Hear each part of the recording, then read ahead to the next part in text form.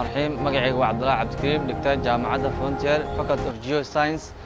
maanta waxaan doonayaa inaan sharaxaad kooban aan ka bixiyo dhagaxa loo yaqaan diamond-ka saad ogtiin dhagaxa diamond-ka waa dhagaxa kaliya adduunka ugu qaalisan waxaa jira dhagaxan kale oo u shabaha sida cubic zirconium iyo quartz-ka saad ogaatay dhagaxa diamond-ka aad haystid inuu diamond yahay ama inuusan ahayn waxaad u baahan tahay tijaabooyin inta tijaabooyinka aan u guda galin waxaa jira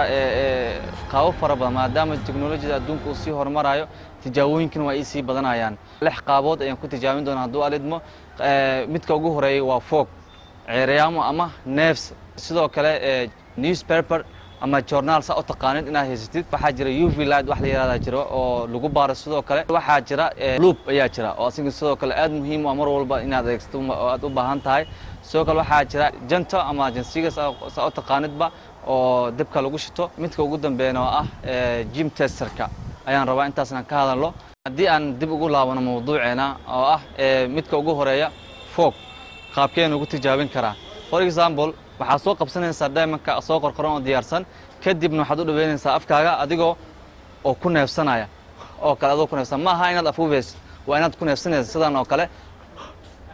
kadibna loopkaad soo qaadanaysaa waad ku fiirinaysaa 1 up to 2 seconds gudahooda waxaa lagu doonayaa in ceeryahamahaas ka dego haddii uu ka dego diamond-ka aad haysid waa mid sax ah haddii uu ka degi waayana maaha mid sax ah diamond-kaasi qodobka xiga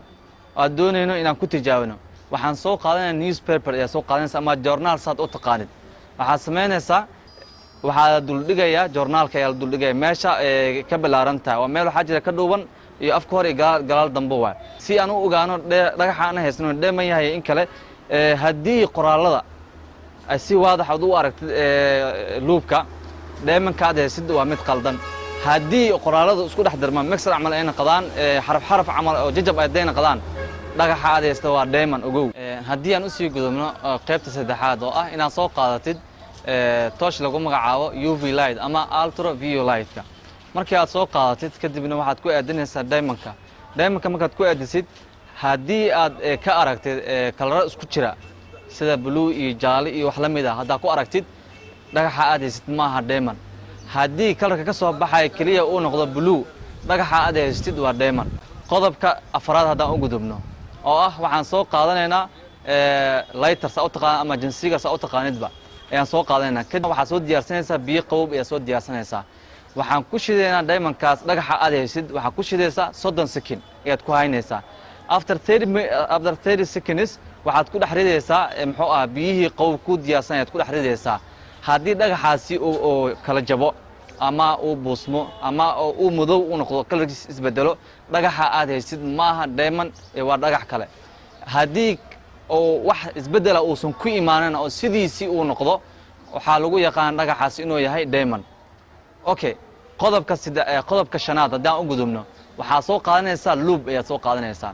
loopka markaad soo qaadatid waxaa ku fiirinaysaa diamond-ka ayaad soo qaadanaysaa waad ku fiirinaysaa waxaa jira wax ilaahay diamond-ka ku abuuray la yiraahdo imperfection la yiraahdo ayaa jira oo ilaahay ku abuuray waxaa lagu arki karaa kaliya loopka ayaa lagu arki karaa markaad ku fiirisid haddii aad ku aragtid imperfection-kaasi aad ku aragtid dhagaxa aad haystid waa diamond haddii aad ku arki weysina maaha diamond okay